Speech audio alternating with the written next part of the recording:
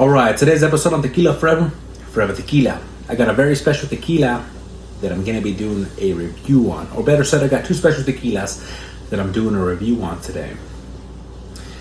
And before I talk about what makes the tequila special, I want to talk a little bit about Casa San Matias, right now number 1103.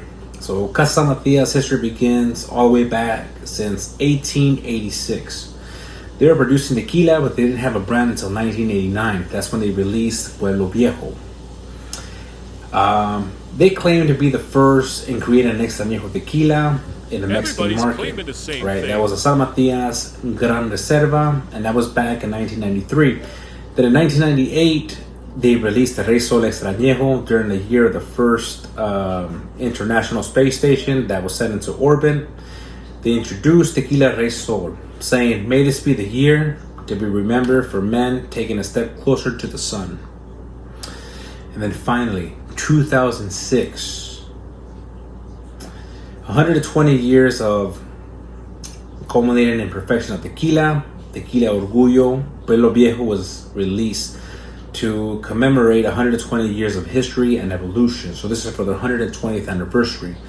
The first Añejo that was released for the 120th anniversary came in a 2-bottle. It said 120th anniversary on it, and then it had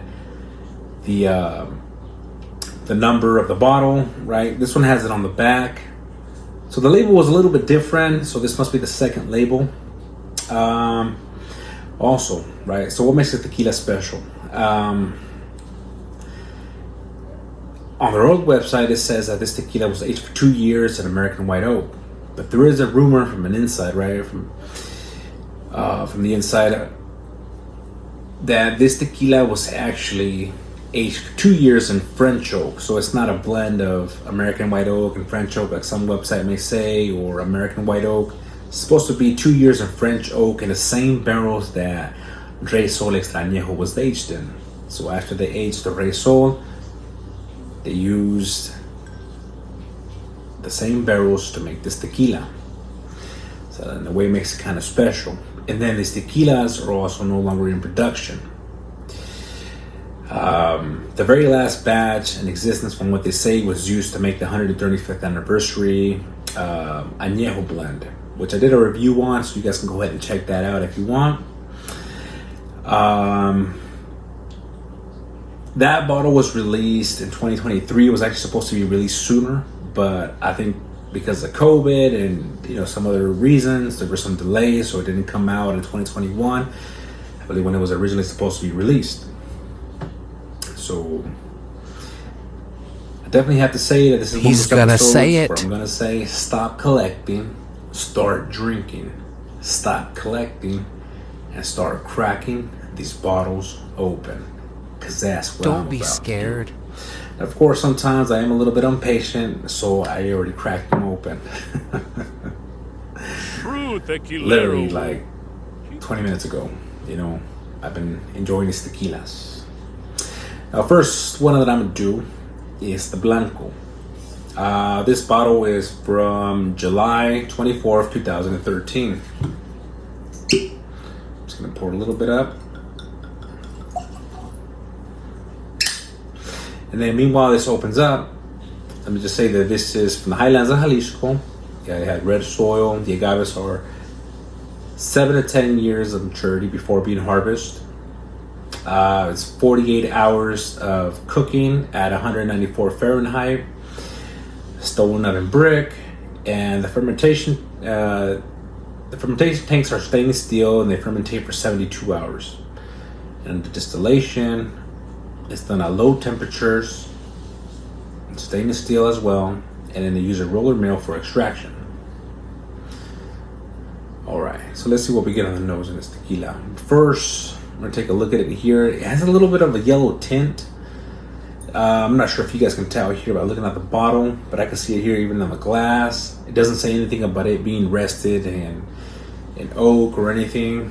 So I don't know if it's from the cork or what it may be, but it's not like 100% crystal clear. There's a very light tint on this tequila. So let's see what we get on the nose after we swirl it out. So I can see all the oils. Sticks onto the glass quite well. See the leg is coming down. Seems to be pretty silky. So let's see what we get on the nose on this tequila.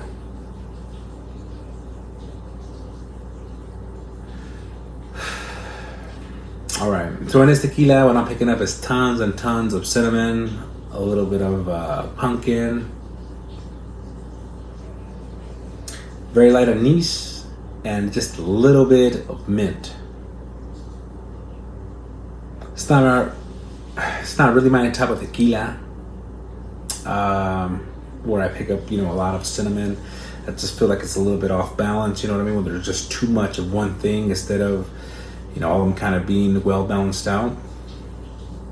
But I mean, it doesn't smell bad. It's a little bit of a sweetness. It smells pretty good. There's also a little bit like citrus, minerality. I'm not gonna say it's a complex tequila because it's not. It doesn't smell bad. But I got this for $30. That's what they were running for, $30. So it's definitely a budget tequila. If you can find it at that price, it'll be good for margaritas. It'll be good for, mixed drinks or whatever, even taking shots.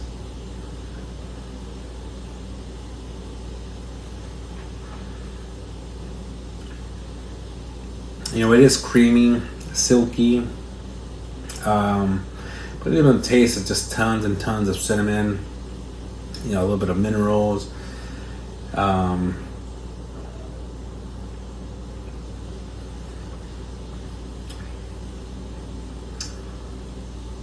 Yeah, just pretty much that's all I'm really picking up on this tequila, on this Blanco. It's just tons of cinnamon, right? Like sweet cinnamon, minerality. And I don't really pick up that anise or mint on the taste that I pick up on the nose, but it's not bad.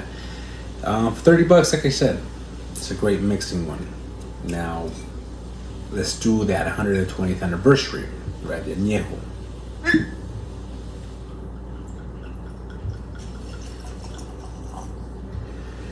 So I want to let this one open up too. So meanwhile that happens, I'm going to read a little bit off the back. It says, La Casa San Matias, we have carefully selected only the finest estate-grown agave plants to create this tequila that satisfies most demanding palates of tequila connoisseurs.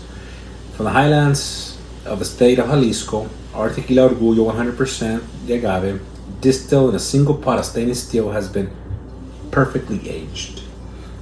Maybe I should have read the Blanco as well. This one just says, from the highlands of the state of Jalisco, Mexican tequila Orgullo 100% de agave is the best gift we can offer for those who appreciate the unique aroma and taste of this exceptional tequila. Yeah.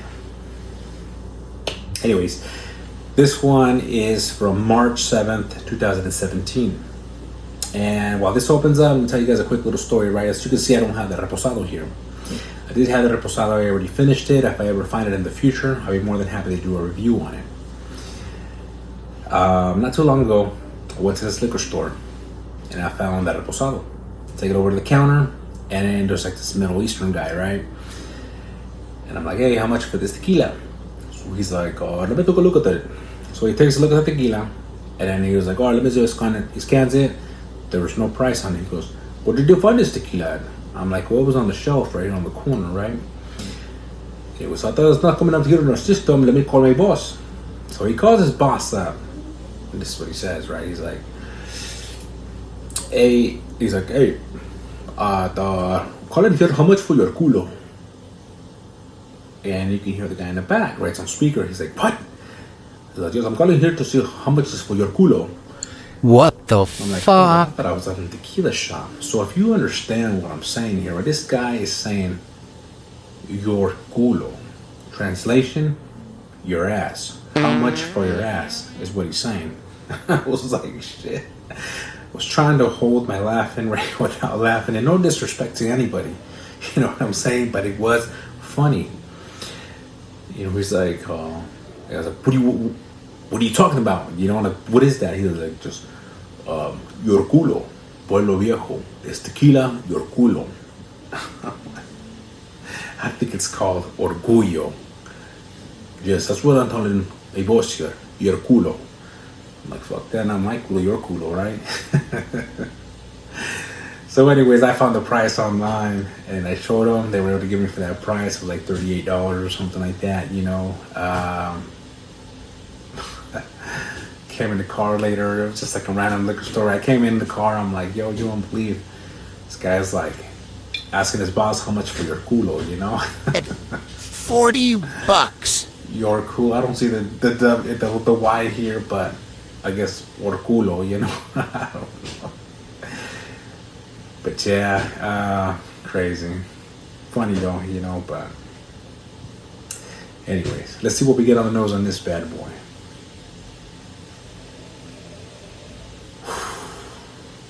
I love it. It's nice and sweet. But I'm gonna give this a little swirl real quick.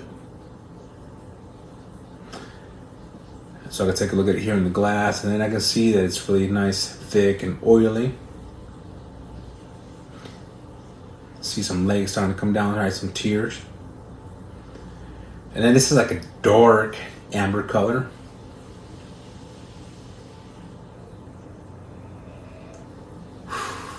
Now this smells good. I love it. You know, I still get the cinnamon, the minerals,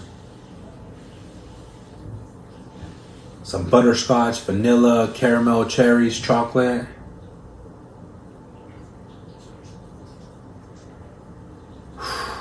Man, it smells good. It's like maybe a little bit of cacao, some fruits. There's a lot more going on in this tequila than there was on this Blanco. I mean, the Blanco was really simple. And like I said, it's probably just best for mixed drinks.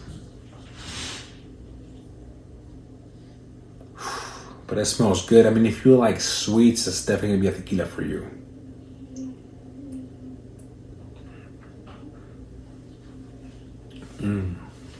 So it's also a nice, silky, creamy, like buttery mouthfeel to this tequila. And it's sweet. So what I'm picking up on the taste on this tequila, I'm also picking up that chocolate. I'm picking up vanilla, the butterscotch, some maple, some syrup, cherries, prunes.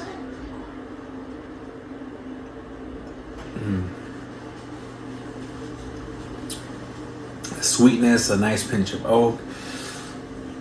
This thing is really, really good for those who love sweets. I love sweets, so I think if you like sweets, it's gonna definitely be a good tequila for you. I saw on Tequila Matchmaker this was rated like an 84, 85, which I think is quite low now that I'm tasting it. Maybe they had a bad batch, well, I don't know. I know it averages out, but I would have to disagree with that. You know, I think this tequila deserved like an 88, all the way even to 89. So this tequila actually was about $55 when it came out, right? 55 right now. It's probably be anywhere from 55 to like $80, if you can find it. I think it's really good, you know, especially if you love sweets, which I do. So I'm definitely gonna recommend this tequila. You know, I think at 88, 89 definitely deserves that. I think it's really good. Tasting the Blanco and then tasting this Añejo, I can definitely see that a lot of that Blanco shines through the Añejo, which is a very good thing. They did a good job. It's just a lot of sweetness. So this is definitely gonna be a tequila that is for after dinner or a night sipper, you know, just kind of a nice sweet little tequila. I think it's really gonna be good for that, you know. There's a lot going on in the Añejo. This one, like I said, is really just gonna be for mixing, maybe taking shots, more of a budget tequila. You can kind of pass if you wanted to, but considering that it's no longer gonna be available, if you wanted to try something new and if you like cinnamon, why not give it a try? But let's get this out the way. And let's remember this was for their 120th anniversary, right? Limited release, and it's no longer being produced. So if you guys do find it, you know, anywhere from like $55 even to $80, I will still recommend you guys pick it up. It's a good añejo if you like sweets, of course. You know, because once it's gone, it's gone. You know, it ain't coming back. So I would definitely recommend you guys pick it up, you know. So just remember, this is Orgullo, Pueblo, Viejo, Añejo. It's really good, celebrating 120 years. So anyways, I hope you guys enjoyed the review. If you guys had this tequila, put in the comments below. If you guys have seen it, or if you guys find it, looking to try it, when you guys do, if you do, go ahead and put in the comments below. Surprisingly, nowadays there's a lot of people who don't know about this tequila, which is a good thing if you're the one looking for this. You know, a lot of people are not familiar with this brand anymore. But, hey. Anyways. Hope you guys enjoyed the review. Y salud.